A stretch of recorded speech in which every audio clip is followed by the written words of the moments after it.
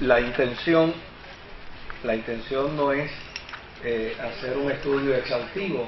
La intención es por lo menos conocer a grandes rasgos, ¿verdad? Sobre todo las escrituras del Antiguo Testamento.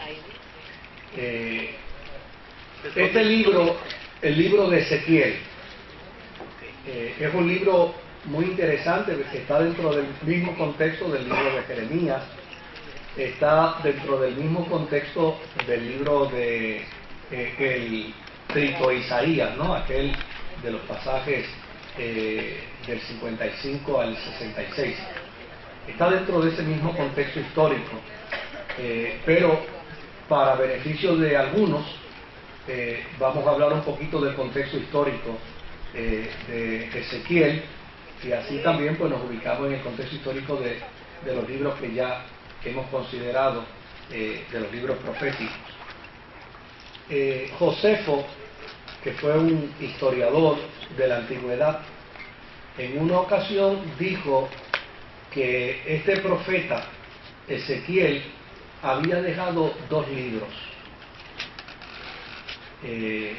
Y desde luego esto lleva a pensar a algunos teólogos de que el libro de Ezequiel en su inicio estaba dividido, tenía una división, pero no necesariamente habría que pensar eso.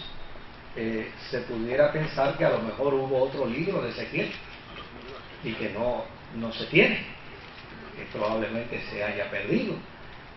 Claro, generalmente pues mucha gente infiere que es que el libro en su principio tenía 2 secciones y que más tarde se juntaron, pero a ciencia cierta puede existir también la posibilidad de que, en el otro sonido, de que haya existido otro libro. Hay tantos libros escriturales de los que escuchamos referencias dentro del mismo contenido bíblico, pero sin embargo no los tenemos a la mano. Por ejemplo, en el Antiguo Testamento se habla del libro de las memorias de las guerras de Israel, y uno dice, oye, ¿qué diría ese libro, verdad? Pues no existe, no lo tenemos. Con respecto a su autor y con respecto a su fecha, pues muy pocos teólogos tienen problemas con respecto a la autoría del profeta Ezequiel, salvo, volvemos de nuevo, salvo aquellos teólogos que plantean, volvió el sonido a ponerse como la cosa, salvo aquellos teólogos que plantean que Ezequiel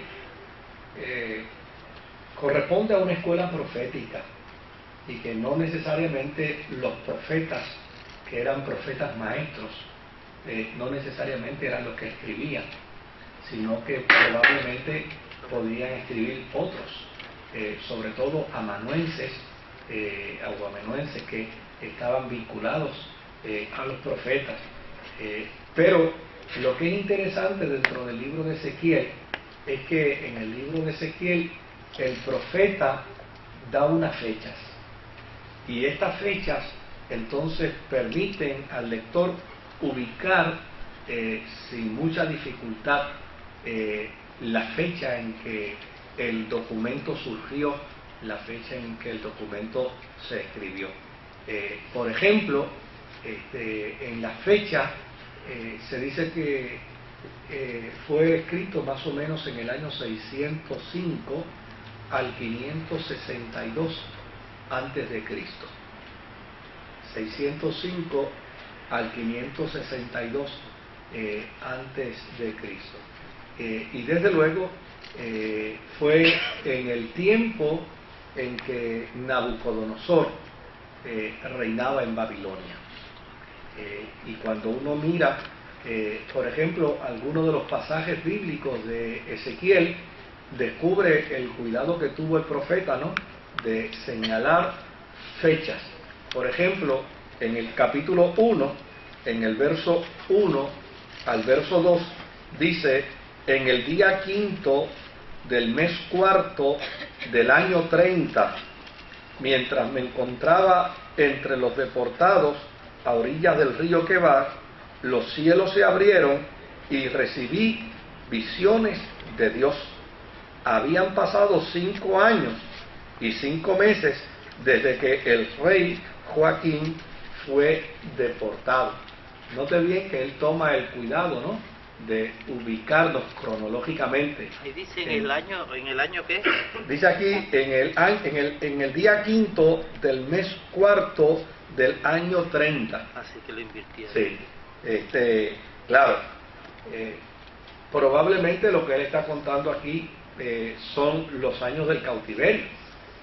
Por lo tanto, si está contando los años del cautiverio, prácticamente lo que está diciendo es que más o menos a la media, ¿verdad?, del periodo del cautiverio es cuando él emerge entonces como profeta. Lo mismo acontece en el capítulo 3 y en el versículo 16, donde dice: al cabo de los 7 días el Señor me dijo lo siguiente. Es decir, él siempre toma el cuidado, ¿no?, de fechar cronológicamente cada una de las profecías que va a plantear, o por lo menos algunas de ellas.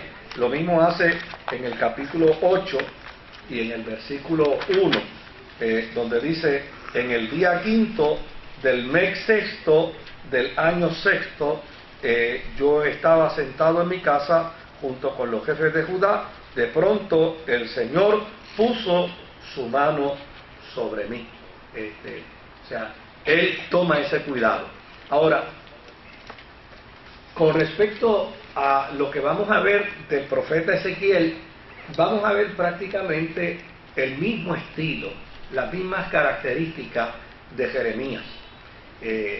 La única diferencia es que Jeremías profetiza desde Jerusalén, Ezequiel profetiza en el exilio, en Babilonia. Esa es una diferencia sustancial, ¿no?, que vamos a ver. Por el otro lado, Jeremías es un profeta directo, no utiliza muchos recursos, digamos, de estilos literarios para expresarse.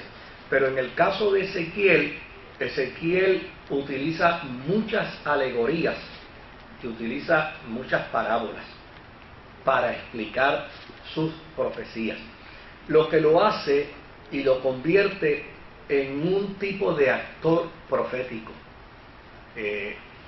Jeremías es ese tipo de profeta que ejemplifica muchas de sus profecías.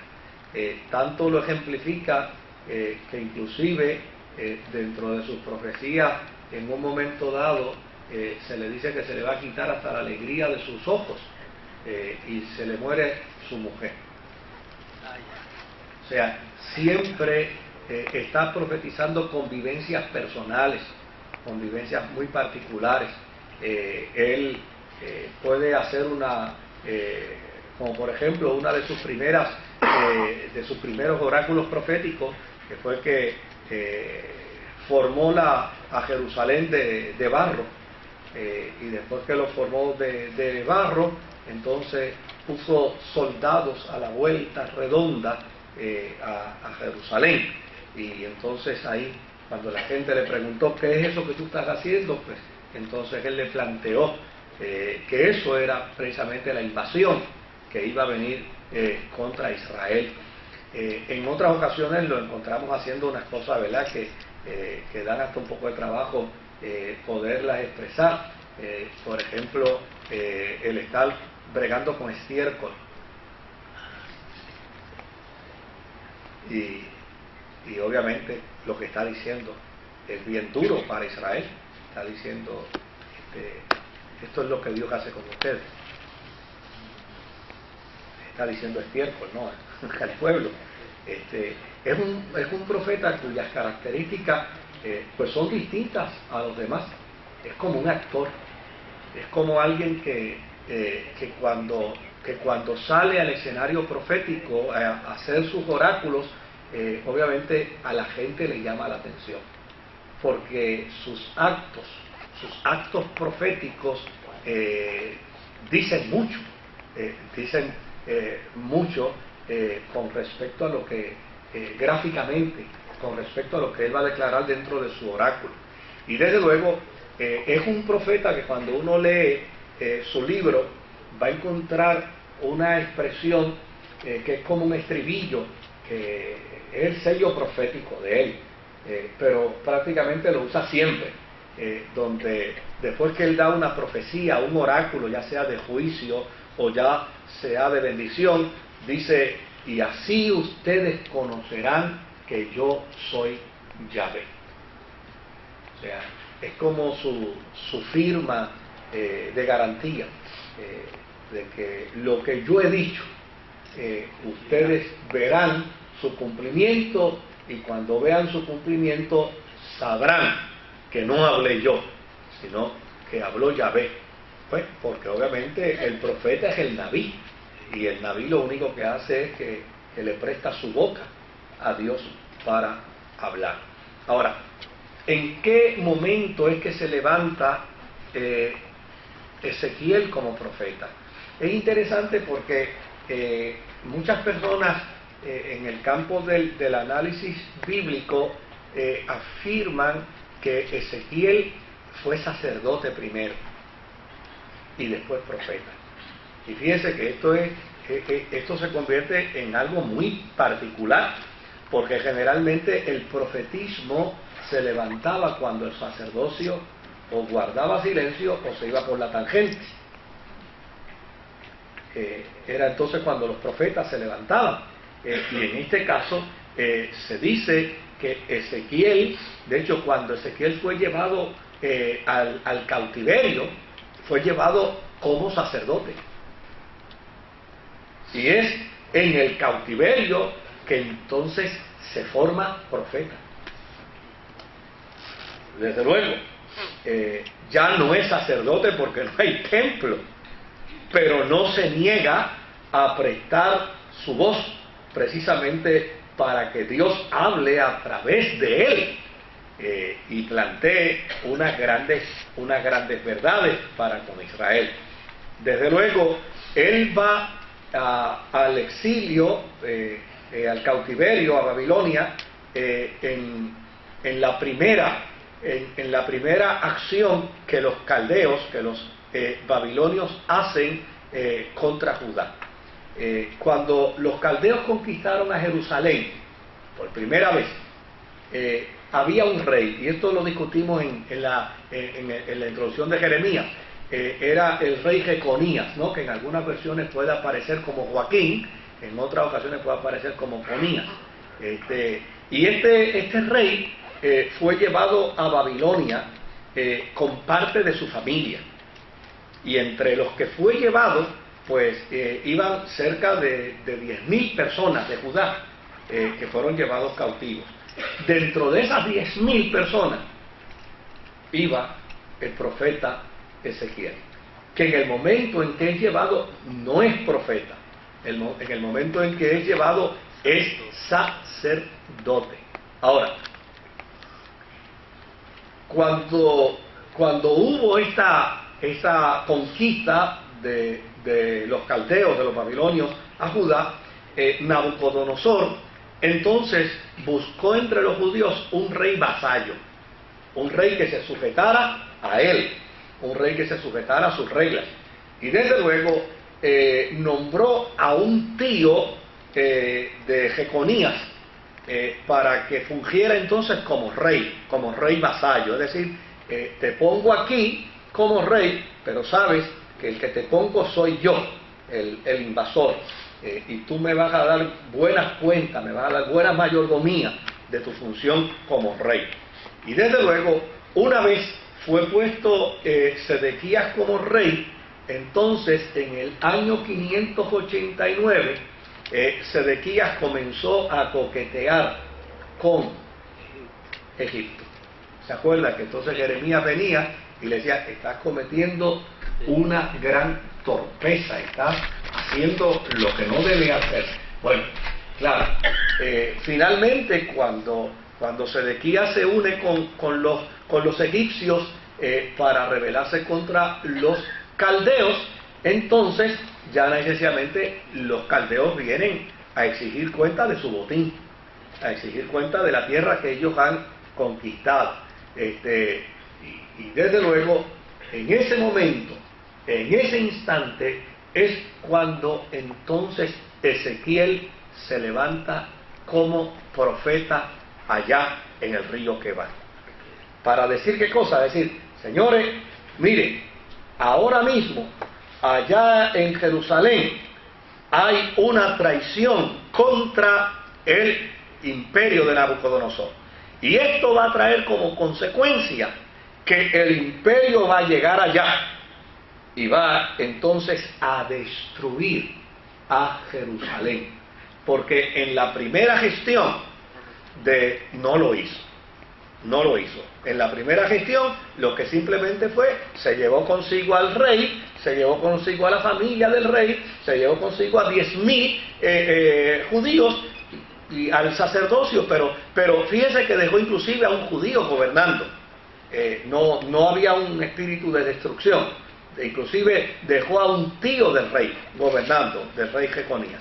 Pero en esta ocasión el profeta Ezequiel dice, ahora no van a ir así, ahora van a ir a destruir. Y desde luego, así fue como lo hicieron. Así que es interesante que entonces, en ese contexto, Jeremías allá en Jerusalén y Ezequiel acá en Babilonia, ambos están ejerciendo una función profética y ambos están diciendo lo mismo. Por eso para mí la palabra profética tiene que ser perfecta. Es más, cuando Dios habla de tenis, la menciona por marca. Él no se va a equivocar. Cuando es Dios, Dios habla con claridad. Eso, de que a mí me parece, de que puede... No, eso lo hacen los astrólogos, pero cuando Dios habla con claridad. Entonces, fíjense qué interesante, que los oráculos de Ezequiel son: Jerusalén será destruida ahora por completo, será cautiva. Y desde luego, acompaña también, al igual que Jeremías, un oráculo de esperanza. Ezequiel también dice, la destrucción será grande, la destrucción será cuantiosa, el imperio arrasará, pero Dios devolverá eventualmente a los exiliados a su tierra. Es decir, Dios se reservará un puñado de hombres y de mujeres para regresarlos nuevamente a su tierra. Y desde luego es con esta predicación, es con este oráculo que Ezequiel se consagra como profeta, porque después que Ezequiel le hizo la traición a Babilonia, entonces Babilonia entra y destruye a Jerusalén. Claro, Sedequías es arrestado, le sacaron los ojos,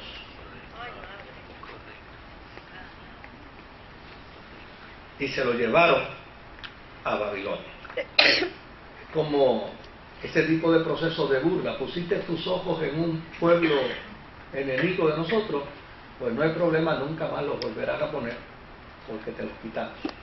Es esa forma de castigo, ¿no? Y desde luego hay un planteamiento interesante del profeta, porque dentro del orden profético, dentro de su secuela profética, él no solamente anuncia juicio contra Israel, sino que él inclusive dice que aquellos pueblos que han sido instrumentos en un momento de Dios para castigar a Israel, después Dios castigará a esos pueblos. Y eso, créame, querido, que esos son como enigmas. Eso es como la forma y manera en que los profetas van a decir: Dios ama tanto a nuestra nación que aún aquellos que en un momento dado pueda utilizar para castigar a Israel, después Dios también les castigará a ellos. Eso Claro. estaba escrito desde el principio cuando dijo: el que te bendiga será bendito y el El que te maldiga será maldito. maldito. Sí, Eso él es lo había correcto. dicho. Ahora, fíjese que prácticamente hablar del contexto histórico en el que Ezequiel se levanta como profeta es prácticamente el mismo. La única diferencia es que Jeremías está en un lado y Ezequiel está en el otro.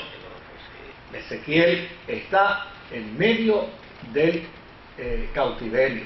Y es allí cuando se levanta como profeta.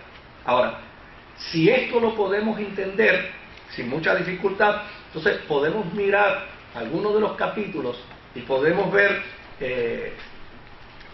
con una comprensión, obviamente, bastante ligera, lo que él nos dice en sus profecías. Por ejemplo, a mí me gustaría tocar brevemente hasta el capítulo 7, las profecías de Becky, sí. Solamente un comentario. Ajá, adelante, sí, ¿no? Es con respecto a la cuestión de los 30 años. Ajá.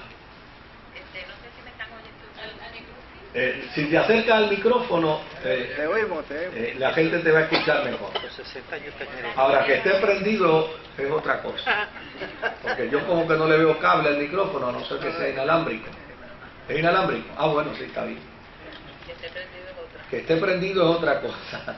Vamos a ver si allá nos ayudan para poder poner el micrófono a funcionar. Pero mira dónde está el ayudante, allá arriba. ¿Está prendido ahí? ¿Está prendido? Aló. Sí. Ella ahí no te contesta.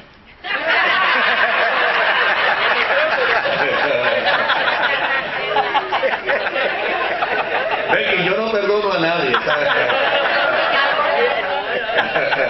Ya ves, cada vez me toca.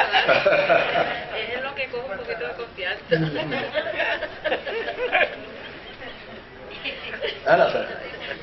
El micrófono.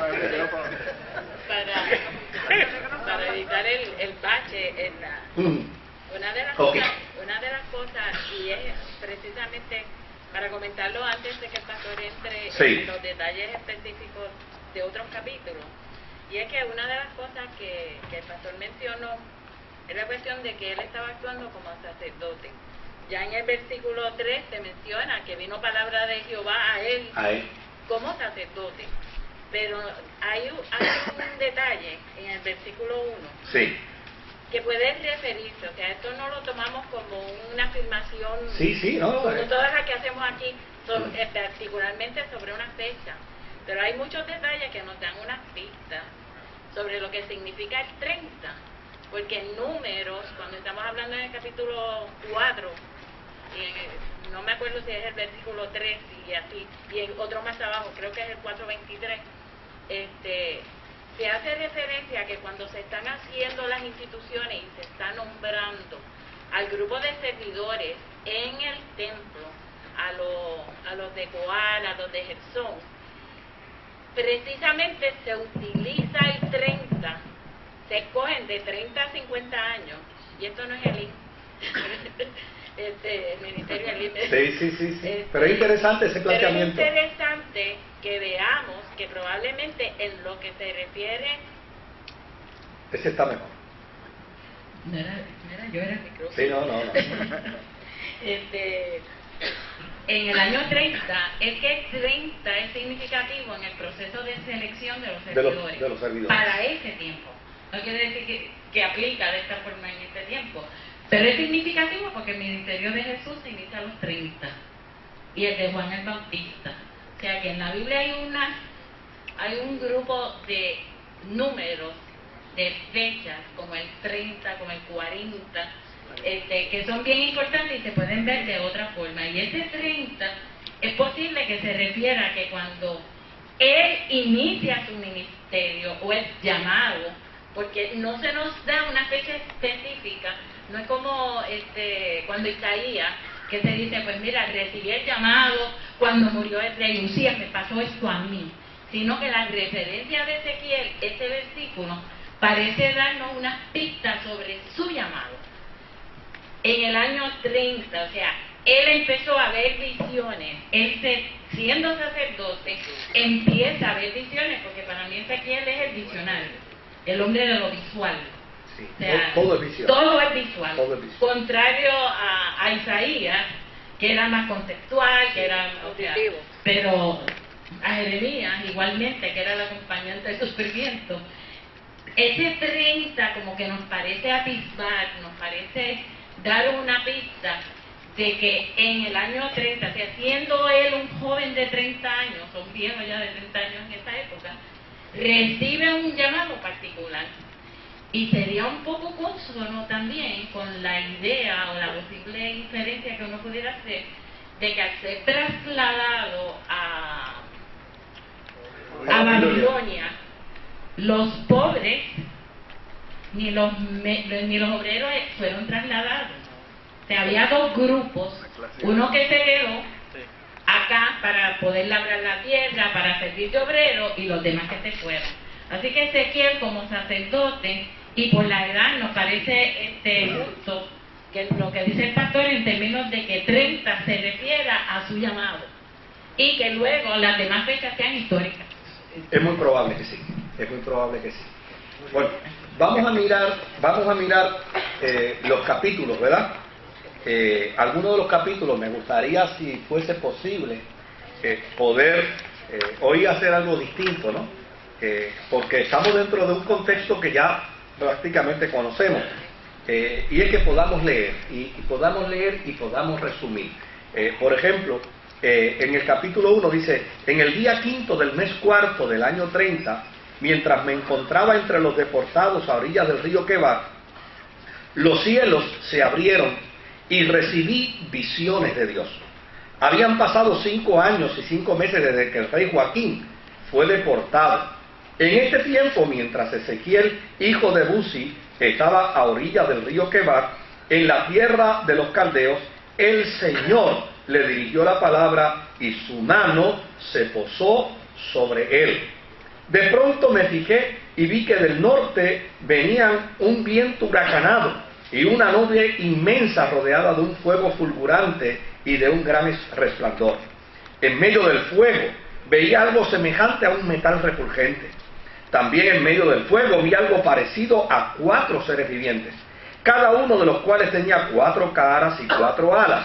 Sus piernas eran rectas y sus pies parecían pezuñas de ternero y brillaban como el bronce bruñido. En sus 4 costados, debajo de las alas, tenía manos humanas.